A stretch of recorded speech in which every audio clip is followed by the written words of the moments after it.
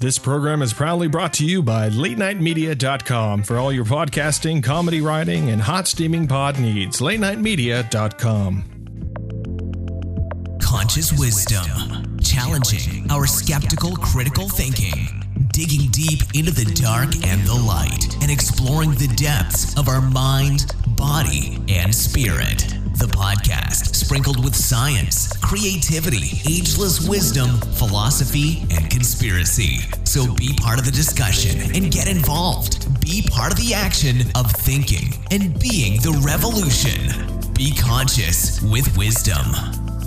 Conscious wisdom, challenging our skeptical, critical thinking.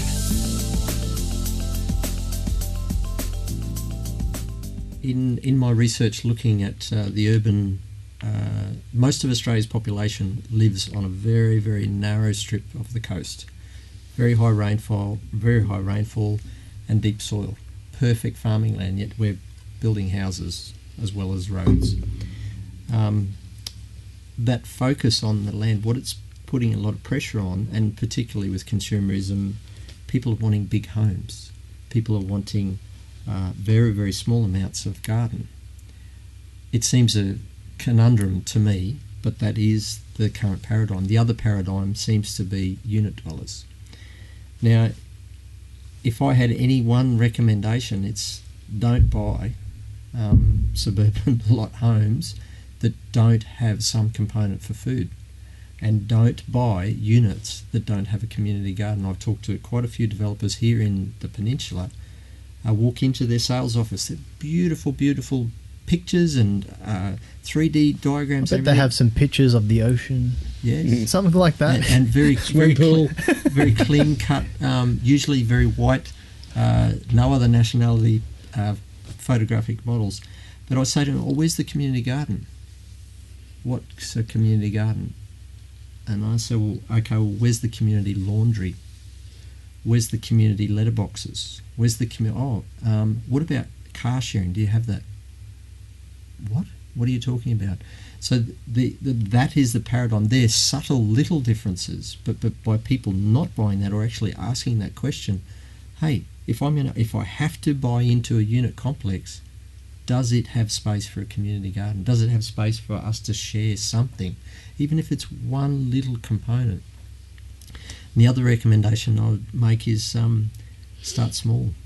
Everything is starting small. On a balcony, or whether it's two people together doing something, forms a community, which then forms more people attracted to it.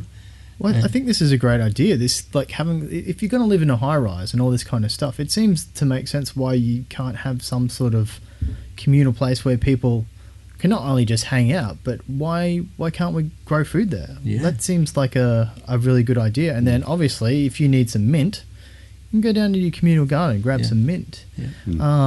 That's a really great idea. Or somebody's very good at growing strawberries, and grandma is really good at making strawberry jam. Immediately there's a connection between two people that might not have been there before, and that's a community tie. So when grandma's sick, and you go there to give strawberries, "Oh, grandma, how you going? Oh, what's happening? Oh, you're not well today. Do you need anything?" Straight away a community connection that is, you don't find that in any glossy magazine. You hardly find that in textbooks or anything, but it's simple. I think you're right. Well, I guess the basis of community is it's got that communication. Like, they're both are coming from that same linguistic ideal of communion, which is communication, where we're talking to each other, being together. Where I guess a lot of these new apartments and structures that a lot of rich people are designing for us to live in, because obviously it's rich people, because poor people can't design these things and put them into place. Because you're an architect. I was involved with the landscape consultancy and project management. So you understand, like, say if a building goes into place, obviously there's a guy with an idea of what he wants, and goes in, I want this, and then that happens. Yeah. Is there a lot of, like, say if an architect went, okay, wait a second, what about this community gardens? The guy with the money goes, no, screw that, don't like that idea. So there's a lot of the stuff that's maybe happening, stopping because of a mindset that's more in a different realm than obviously like a rich person type of realm? Yeah. Do we need to influence and talk to these sort of people a lot to help get these things through? I think it definitely needs to be. We need. I think we need a revolution of consciousness at the moment, and the interesting thing is that we're only doing it. We can only take responsibility for ourselves and encourage other people to do it. And I think that coming back to the definition of sovereignty, that's really the definition of this, is then for people to become more conscious about how they conduct themselves and their effects on other people. But it's interesting in relation to development in Australia. We've got policy that I don't believe that high rises are sustainable at all.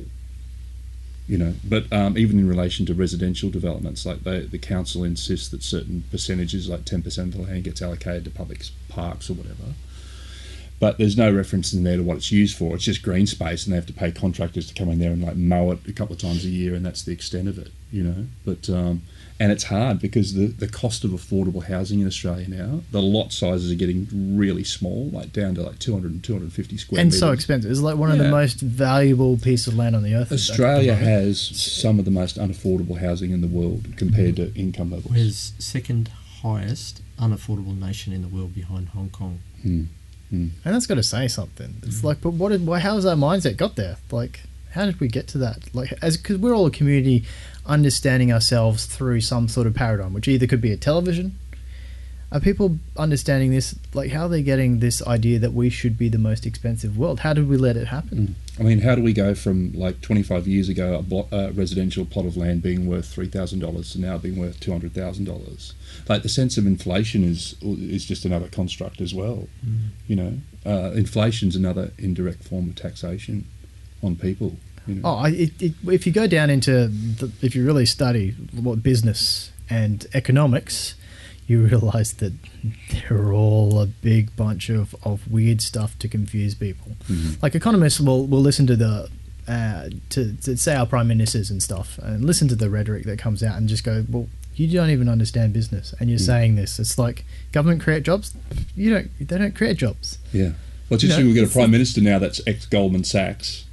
So it's going to be interesting to see I went on holiday. We're going to be going in. I came back from holiday, and then they went, "Oh, we've got a new prime minister." And I went, "What?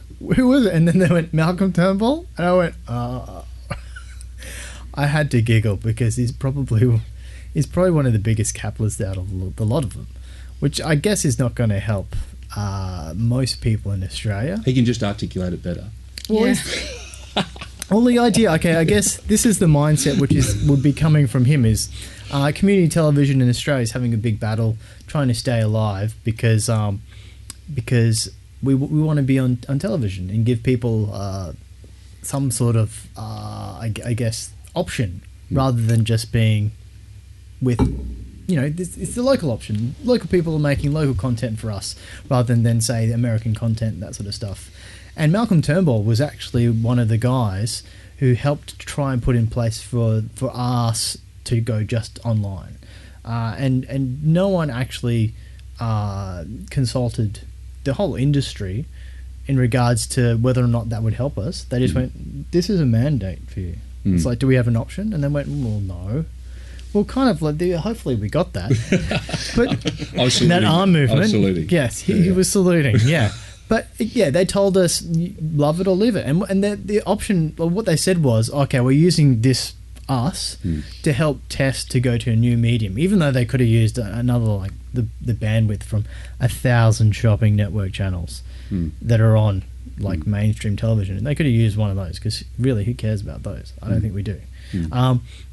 But no, and that was the idea that there's not enough for us to exist, even though we use nothing. And they, obviously we looked at the numbers. A lot of the numbers were fudged. So we knew that it was an edict upon us from someone who wanted to give it to someone else, and then they sold it to Telstra. This is an interesting conversation, Kris, because it's talking about where we're evolving, where we're going to as a collective, and it's hard not to be pessimistic about where we're going, where we're evolving to. But the whole thing, like for me personally, my involvement in activism in the last 4 years has really been about freedom. People have the freedom to choose who they marry, and those freedoms seem to be getting diminished at the moment. And it's whether you're for vaccination or or, Well, this is or another heated topic. anti-vaccination. But it's the thing, it's like it's actually removing people's sovereignty to actually have a choice anymore. Yeah, to make Yeah. this Yeah. independent decision. I think that's a lot what gauges on how our communities will be in the future is how we do understand it ourselves, because we can be individuals amongst ourselves, but yet we're part of a whole. So once we're an individual, it doesn't mean that that's it and it stops just there. Because like if you weren't involved in something, you'd be an individual in just one box and you'd just be yourself looking at your hands and that's your whole existence. But you don't. You live in Like this a big thing. Human battery hen. Yeah, exactly. People are happy being ignorant, like people really are happy being ignorant. It's too hard work, educating yourself and learning and even making the right choices for yourself. It's hard work. Well, I just want to raise this as a reflection at this point in time as well, how we've had in the last couple of weeks the issue of the refugee situation come up. Yeah. But in the recent week as well, I think in the last couple of days, we've had Australian planes bombing Syria. I mean, why is there that cognitive dissonance between creating a situation that creates a problem and then people want to complain about the problem rather than what actually created it? Well, I think a lot of people are hitting on this though. But the problem is the connections aren't there for us to talk about it properly. Because we see the news and the news is disconnected. I think we can all agree, especially here, that the news is it's kind of a bit of a propaganda machine. And so we're not going to get public opinions or anything from that, or community-based opinions as communities to get together and talk about these issues. I think this is the problem, because we're getting, I think, detached opinions from people that I don't think we should be getting opinions from. So how do we get together and get these opinions from the community to understand where we're at and how we think about this stuff? Because we seem to be missing this, especially in this concrete society. I think it is time for the elders. Western society is very much run by, be it politics or be it a big money machine, and the elders are being ignored and forgotten about and definitely not heard. I think it is time for people of all nationalities to create space for the elders to not necessarily govern, but to have a say. I look at many Indigenous cultures and the elders hear what everyone has to say in perfect society. Often in many tribes they don't as well. But the elders have the wisdom from the past, but also are looking forward to the future. Mr. Abbott is, in my opinion, definitely not an elder. All 4 or 5 of us in this room are going to be elders one day. And by educating ourselves, we're stepping into eldership, I believe. And elders, what is a definition of an elder? 1,000 different definitions. But it feels like, and we go back to that word again, feel, it feels like caring for the greater good for all, as well as nature, as well as the children that come forward. And to have a conversation with Tony Abbott and an elder in the room would be chalk and cheese to me. I am now looking for elders in my community. They're often quiet, and they're often people, I'm not talking about olders, very different. Elders walk differently in their life, and I seek them out because I want to not so much be in their counsel, but to learn and also give. And what I notice about elders is when I give the opportunity and say, hey, this is here, not what would you do, please hear. How can we work through this? And elders will often come up with things that I just never even thought of. And I think they're hugely disregarded in our society today, particularly by politics, because it is a complete different paradigm than the way politics is set up. Well, I think you're right there. I think the politics in regards to them as a nation, or as a people amongst themselves, is a little bit disrespectful, because you have all these parties and you need to be a party in place, which means that if you're a nation of people, you have to put this thing that's that they've devised as their system into place. So you have to create a party for your nation of people to be represented. You can't be just a nation of people who are sovereign to themselves and walk in to the Parliament House and be represented and go, okay, well, so I reckon if they were fully respected, like you'd have a party, they would have their own party just sitting there, which would have full respect and would have full privilege as all the other parties have.